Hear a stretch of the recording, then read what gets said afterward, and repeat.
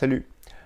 Aujourd'hui, je vais aborder un problème majeur et qui, selon moi, dénote le niveau de barbarie atteint dans notre société. Je vais vous parler du manque de moyens dans les maisons de retraite.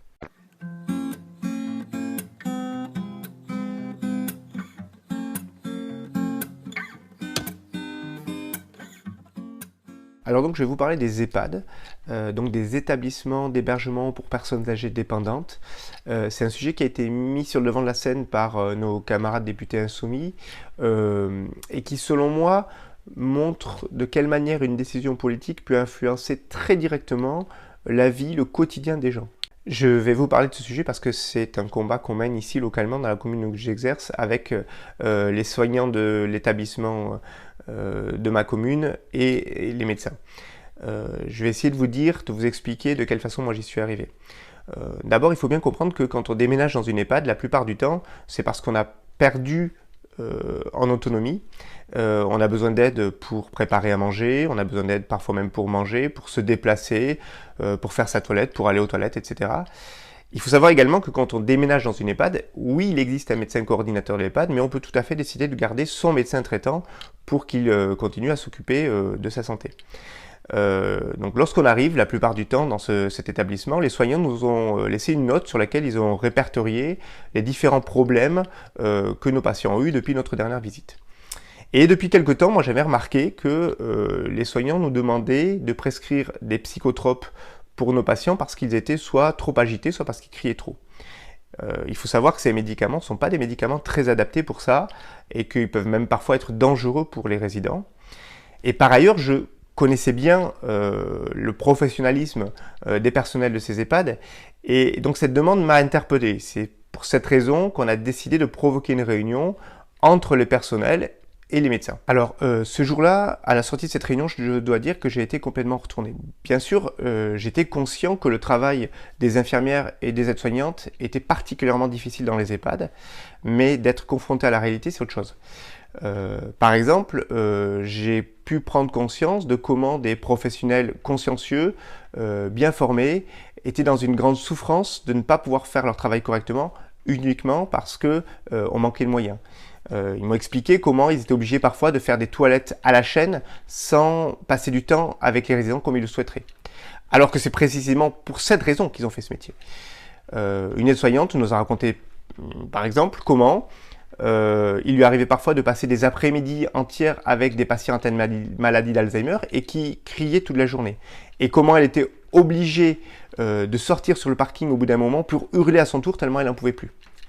Or, sur ce sujet précis des cris, on sait ce qu'il faut faire. Il ne faut pas donner de médicaments dans ces cas-là. Il faut qu'un soignant puisse isoler le patient en question, passer du temps avec lui et l'apaiser pour qu'il s'arrête de crier. Mais on ne peut pas le faire parce qu'on manque de moyens. Et moi, je trouve que cette situation, elle est proprement scandaleuse, dans un pays aussi riche que le nôtre, de ne pas pouvoir prendre le temps, parce qu'on manque de moyens, pour s'occuper correctement des personnes âgées. Et donc, à la sortie de cette réunion, avec les aides-soignantes, les infirmières qui sont salariées de l'EHPAD, ainsi que les médecins généralistes qui exercent dans cette EHPAD, on a décidé d'écrire un courrier commun aux députés de notre circonscription, qui fait partie de la majorité présidentielle, pour lui expliquer la situation. Comme on est des grands naïfs, nous on s'était dit que le député ne devait pas avoir pris conscience de la gravité de la situation et qu'une fois qu'on lui aurait expliqué, il militerait lui-même au sein de sa majorité pour débloquer l'argent nécessaire pour prendre en charge correctement les personnes âgées dans les EHPAD. Donc on lui a écrit à plusieurs mains un joli courrier, je vais vous mettre dans la description de la vidéo le lien pour le lire directement, et puis on a attendu qu'il veuille nous recevoir. Longtemps. Comme on n'avait aucune réponse, moi j'ai décidé de contacter la lanceuse d'alerte Céline Boussier pour qu'elle nous donne des conseils. Et je veux vraiment la remercier ici parce que grâce à elle, on a eu accès à des journalistes qui nous ont permis de publier le courrier et d'exposer nos revendications. Une journaliste du journal Sud-Ouest a même contacté directement le député qui lui a répondu qu'il allait bientôt nous recevoir. Alors, à ce moment-là, je dois dire qu'on était assez contents. Après cette longue bataille collective, on allait enfin pouvoir rencontrer un député de la République, c'est-à-dire quelqu'un qui vote les budgets de l'État, et pouvoir lui expliquer la gravité de la situation. Dans le cadre de la visite de la maison de santé où j'exerce, j'ai eu l'occasion de rencontrer le député. Et du coup, je lui ai demandé quelle date lui convenait le mieux pour recevoir notre délégation. Et là, il m'a répondu qu'il n'avait pas du tout prévu de nous recevoir, contrairement à ce qu'il avait exposé à la journaliste, qu'il n'avait pas le temps, etc. Je dois dire qu'on a été un petit peu désabusés. Et en colère aussi. Parce qu'on avait bataillé à plusieurs pendant longtemps pour dénoncer une situation qui nous semblait extrêmement grave. Et le député n'allait même pas prendre le temps de nous recevoir. Il y a peu de temps, j'ai entendu Madame Buzyn, notre ministre de la Santé, nous présenter son plan grand âge et autonomie. Elle nous explique notamment que les EHPAD doivent préserver les choix individuels, ce qui suppose de prendre le temps de les faire émerger, les écouter et les rendre possibles. Excellente idée, Madame la Ministre.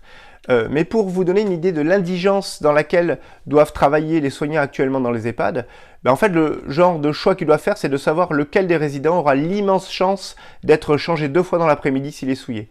Alors, pour le respect du choix personnel des résidents, vous avouerez qu'on va repasser. J'ai un grand respect pour votre fonction, mais je dois dire que ça me donne quand même très envie de vous proposer de venir exercer la fonction d'aide-soignante pendant une petite semaine pour vous rendre compte à quel point vos propos sont éloignés de la réalité. Il semble par ailleurs que vous avez proposé 120 millions d'euros par an pour les EHPAD et durant 3 ans.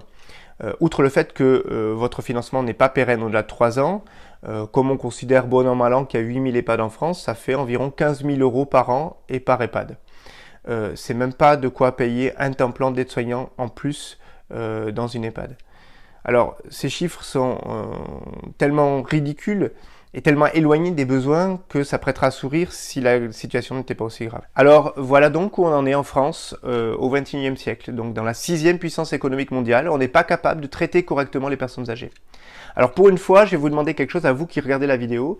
Je vais vous demander de la partager le plus largement possible auprès de vos familles, de vos amis, de vos proches, parce qu'on n'a pas pu rencontrer le député de notre circonscription et du coup, on se dit qu'en rendant cette vidéo visible, peut-être qu'on aura une chance d'atteindre les décideurs politiques nationaux et réveiller leur conscience endormie. D'ici là, prenez soin de vous.